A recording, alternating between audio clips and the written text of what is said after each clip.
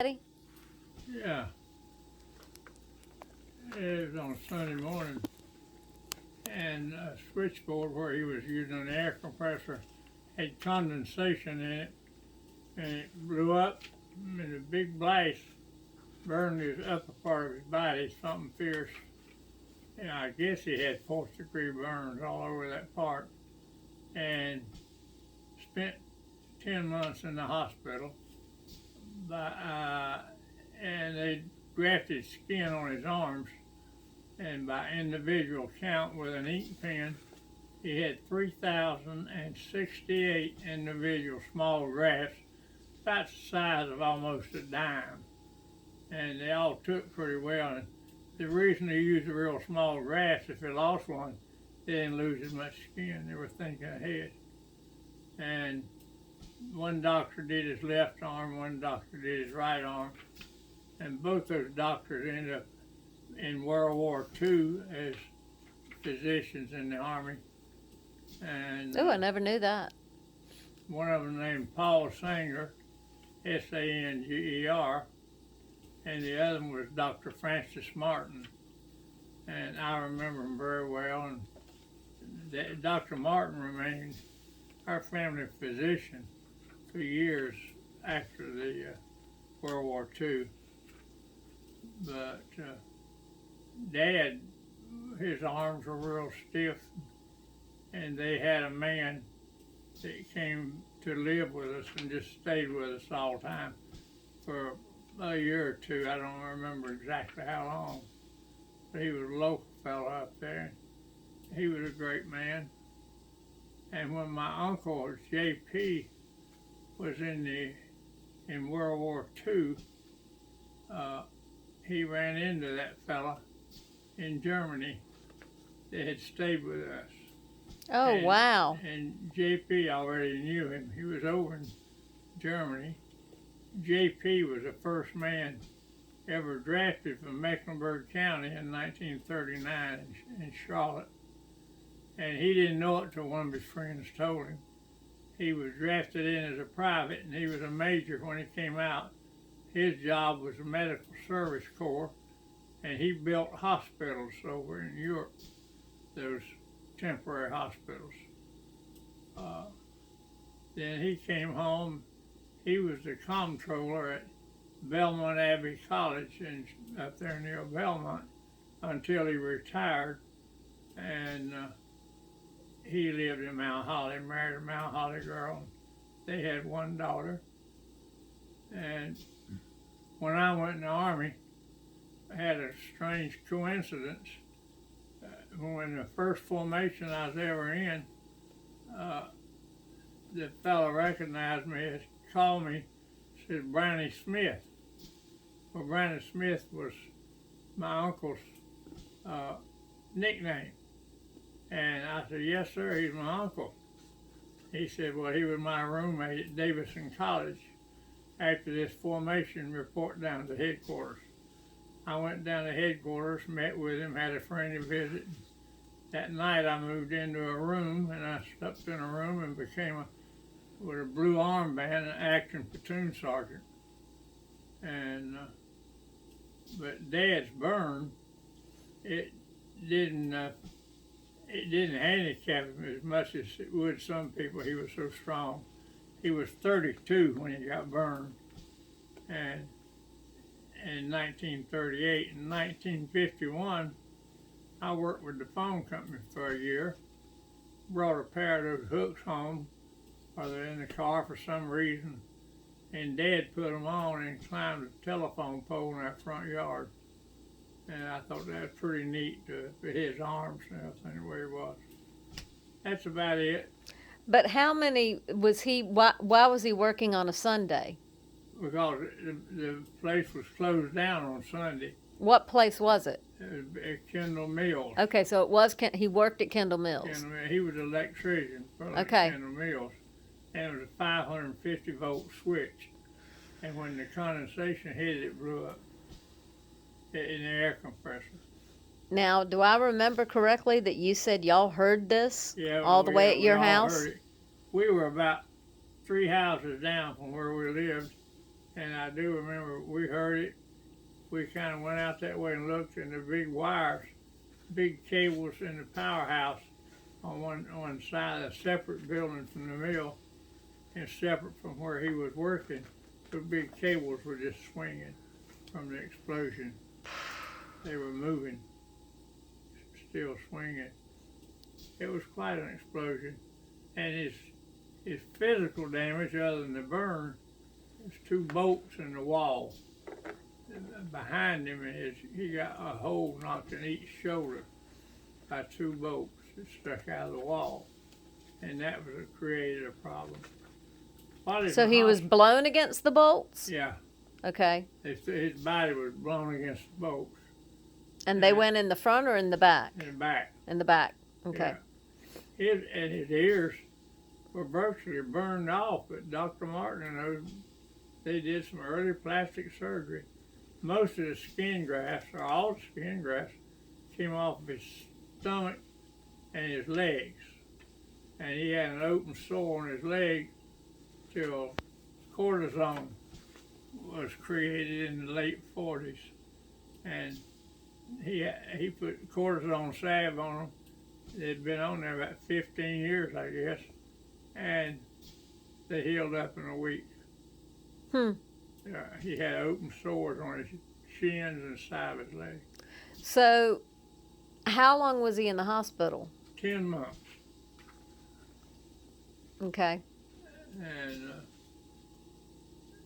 he got a settlement from the company, and he took that money and bought 48 acres, and that's where we lived and built a home and all that. That's it. Well, but you've talked in the past about how the things that he did to keep the webbing in his fingers and all that.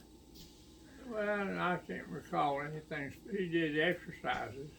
Right. Didn't he pull himself up? He did all those things they put some equipment in our house. Somebody built it on the back porch. We had a real closed-in, nice porch, and they put equipment out there for him to exercise on. He didn't do it very much, like me. But I thought I've always heard this story about him doing things to make sure that his hands didn't. He probably did. Because okay. Maybe I've heard that from Dougie or Uncle Doug. Not really. Okay. I heard from Ralph was older, see. Yeah, Ralph was 4 years older, but my memory is a lot better than his. But you just say that because he's not here to defend himself. He probably used tennis balls. He probably did a lot of that. Well, I thought he pulled up on something in the hospital. He had to, yeah. Had a pipe across the porch. He pulled up on it. He didn't do it much. Huh. Okay. What was the name of the guy who took care of him? Willie Fowler. Willie Fowler. And he's the one that JP saw years later in Germany? JP saw him in Germany. He'd been in World War II. Wow. Ran up on him, and there they were. Wow. Huh.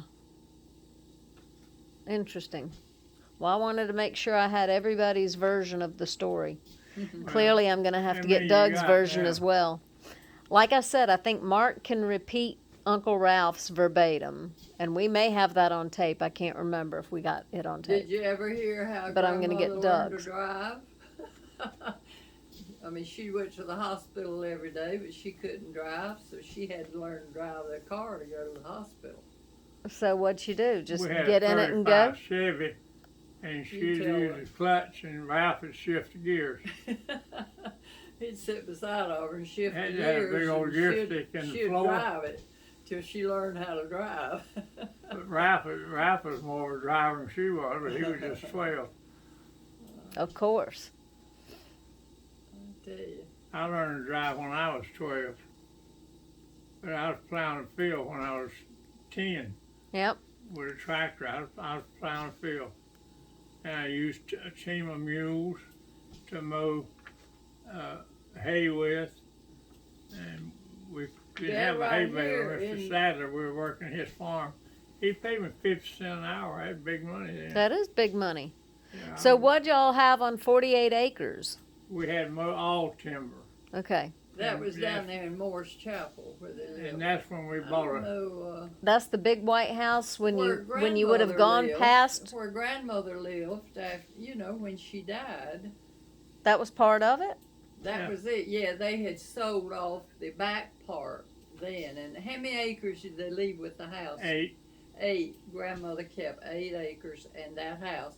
And Pawpaw built that house, Cameron, with his hands. Oh, I know he did. And he took years. I know.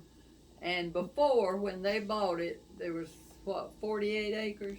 And it had a little house, country house. It was covered in this artificial brick. Uh-huh. Well, we did that. We remodeled that. Yeah, old well, house. it covered it It up and had it looked huge better. beams under it to hold But it. he tore that down, and he built a little house up on the hill right from it, on the same acreage. It was built like a trailer. Right. It was to the Long left of and- the garage kind of thing. Yeah, and that's Right. the one that Doug and Judy bought and took down to Judy's home in Lancaster, and her mother and daddy lived in it until they passed Oh, they away. moved it. They moved They it. moved it down the road. So it was not knocked down. Okay. No. Because I remember being in that little house. Yeah, yeah. It was- and it was, just like a trailer, but no walls except back where the bathroom was and the closets. And Okay. all in a row. So y'all moved to that property in like 1939 or 1940? Well, he was In burned. He was burned in 1938. In 1941, June 2nd, 41, Mr. Sadler died. Lived in a big plantation home, and we moved into that old plantation home. His family moved to Charlotte, and we lived in that old plantation home for 2 years while we remodeled that other house up there. Okay. And that house was something. It had a porch That was the first 10 little feet house. deep all the way around it. There was no break-in. We could ride our bicycles all the way around the house on the porch. That was So it. that's the White House that's further down Moore's Chapel yeah, on the that's same down side of the street. On the Past the rise. church. Yeah. And why they tore it down beyond me, because it was a masterpiece old plantation home. The windows, the Somebody that 14-foot bought it tore ceilings, it down. the ceilings were 14 feet, Oh, wow. and the windows went all the way to the floor, within 6 inches You of the could floor. open the windows and walk in. Yeah. It was a, So y'all rented that while you were Yeah, building right, for 2 till- years. or redoing the other till they house. Got that Yeah. other one going. The old house there. And Right. then Pawpaw tore that little old house down. And that's built when the I other learned to take a piece of leather and make a washer to go in the water pump. We had a pump. The house was extremely finely built. The barn, they had a granary, they had a smokehouse, they had corn cribs, they had apple Who? trees, Pawpaw? pear trees, fig trees, all that on that property. The Sadler property? Yeah, or? it was Okay. something. Yeah.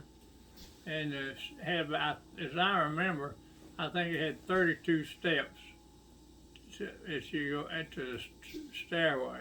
And the top, when they moved out, they left all the rooms upstairs furnished. It's a shame y'all didn't buy that property. Why didn't well, y'all? Did you ever wonder? I think I don't remember, but I think you'd already bought the other property. See, the only reason that property came available, Mr. Sadler died. Right. And he and Dad were extremely good friends. We were at his house the morning he died. Dad was the only one in there, and he called a doctor. But Okay. when we got down there about 7:30 to milk the cow, we had a cow. We had just, I don't know the circumstances, but we'd had a cow that we bought several years before, and we kept her up in Paw Creek. But we moved down to Moore's Chapel, which is 3 miles away. That was the difference. Okay. So the 48 acres already had a house on it? that little old house we Little remodeled. The little Country small house. house Yeah. that And became Well, the there was a Thompsons' big- house. There was a big two-story house. no. There was a big two-story house on the property, but the heirs to Lundy Williams, Dad and they didn't go to court, but somewhere they separated. When he bought it, he bought part of the estate from one person, and so he bought the 48 acres. We had the house first, and then I don't remember the details, but we later split. We never did move into the big house. Okay. So took the 48 acres, and they sold the big two-story house to a family there that moved in it, and they only had about 5 acres with it. So There was the little house that they had, Cameron, and It had a lot of rooms in it. They had enough rooms in Yeah, it, yeah. But that's where Dad and them. It dropped off down at the back. And it went down. And there was a beautiful spring down there, and that's where they used to go and take their. Yeah, well, we had a spring down 300 feet from the house. And that's where you took your shower. Yeah. They fixed it up, and those Yeah. boys would go down there, and they'd go down there and take their shower. see, I don't think I Outdoors. realized that you had grown up on that piece of property. Well, we did. For some time. reason, Yeah, he lived there until when we were married. Yeah, They were still on that yeah. piece of property. I lived there while you went to school for a year, and I worked for the telephone company. Yeah. so they had. I want to make sure I get this straight. The house that Grandmama and Pawpaw, their last house, which was the brick mid-century Yeah, modern yeah, house, Big pretty house. That the was big the pretty last- house that sat on the front of 10321 Morris Chapel Road. Then behind that was the carport. Then kind of perpendicular to that was the shop, kind of garagey thing. And then to the left of that was the house that they had lived in before while he was building the brick house. Right. And that's the house that went to the Thompsons. Yeah. Right. But you're saying that there was yet another house on the property at one point? That's where the brick house. He tore down the old house and put the brick house in the same place. Okay. So when you lived there as a boy, you lived on that same part of the property where the brick house was. Yeah. Right. He Okay. put that brick house right where their little Old first house was. See, I never knew that. Yeah, so and I that's the often reason he wondered- put the little trailer-looking place up there, because he had to tear down the house Right. they were living in. Right. And the boys were all gone then. They didn't live in the little trailer house. Okay. Okay. They Okay. Ralph was at school. Ken was out. And I went in the army. yeah, they were all out. When I got married, I went in the Yeah. army. I went in the army in May of '51. And when Ralph was married, Daddy, they still had the old house. The there. little house. Because I remember when Yeah. Doug and Judy lost their first child. Yeah. I remember sitting out on the porch of that little house, a screen porch. Well, Doug and Judy didn't get married till '53. Well, wasn't that little house still there? Yeah, they didn't move into the little brick. house. I mean, the little house with the artificial brick on it. Yeah. It was still there Yeah. then. And Doug and Judy. Yeah, Dad didn't build that other house till, well, Yeah. when Ken and Susan and Jeff were all babies, they still lived in the little long house, Little house. but building the other house. That's right.